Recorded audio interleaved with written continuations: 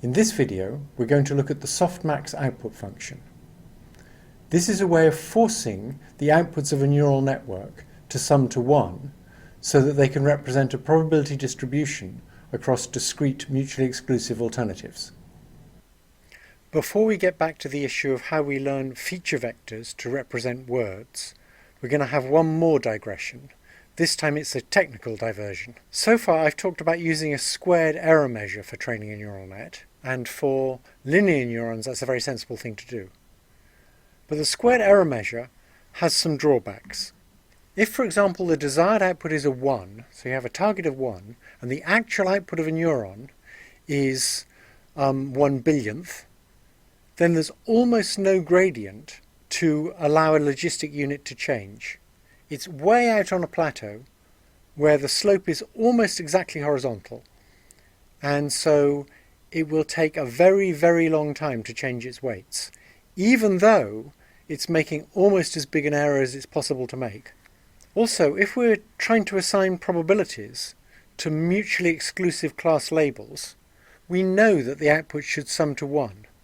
Any answer in which we say the probability that it's an A is 3/4 and the probability that it's a B is also 3/4 is just a crazy answer. And we ought to tell the network that information.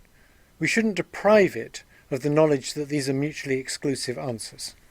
So the question is there a different cost function that will work better? Is there a way of telling it that these are mutually exclusive and then using an appropriate cost function? The answer, of course, is that there is. What we need to do is force the outputs of the neural net to represent a probability distribution across discrete alternatives, if that's what we plan to use them for.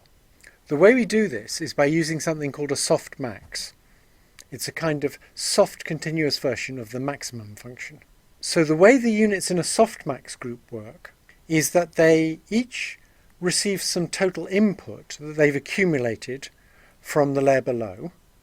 That's zi for the ith unit, and that's called the logit.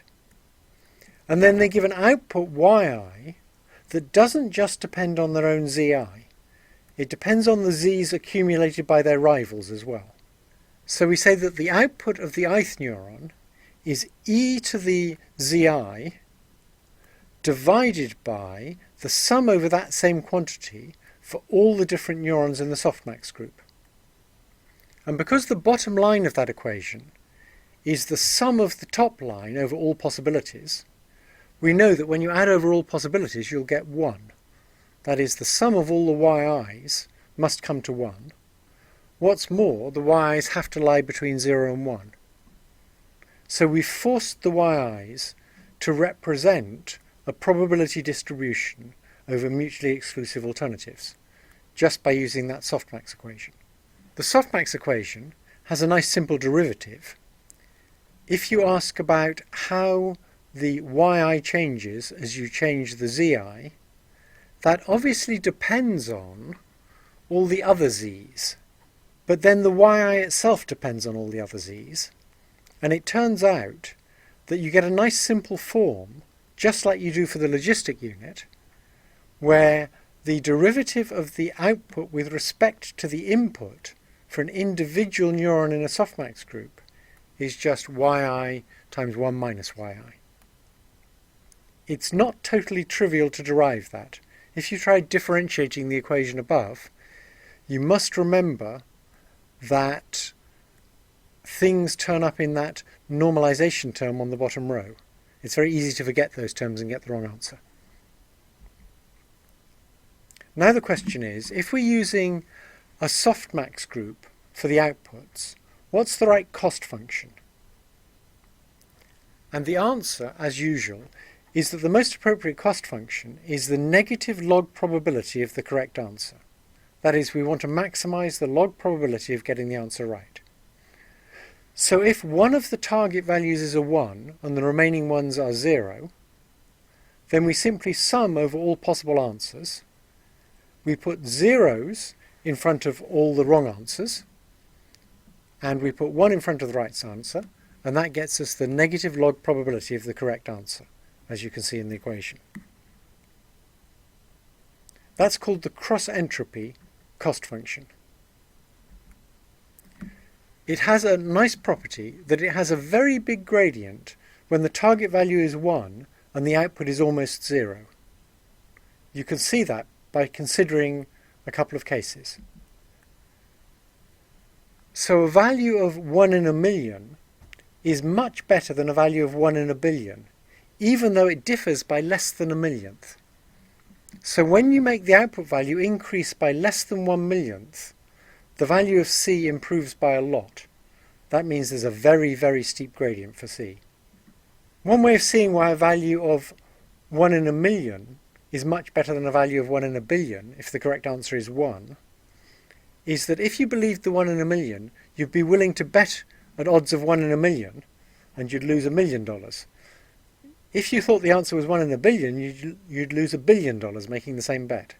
So we get a nice property that cost function, C, has a very steep derivative when the answer is very wrong, and that exactly balances the fact that the way in which the output changes as you change the input, dy by dz, is very flat when the answer is very wrong. And when you multiply the two together to get the derivative of the cross-entropy with respect to the logit going into output unit I, you use the chain rule. So that derivative is how fast the cost function changes as you change the output of a unit times how fast the output of the unit changes as you change zi. And notice we need to add up across all the j's, because when you change zi, the output of all the different units changes. The result is just the actual output minus the target output. And you can see that when the actual and target outputs are very different, that has a slope of 1 or minus 1, and the slope is never bigger than 1 or minus 1. But the slope never gets small until the two things are pretty much the same. In other words, you're getting pretty much the right answer.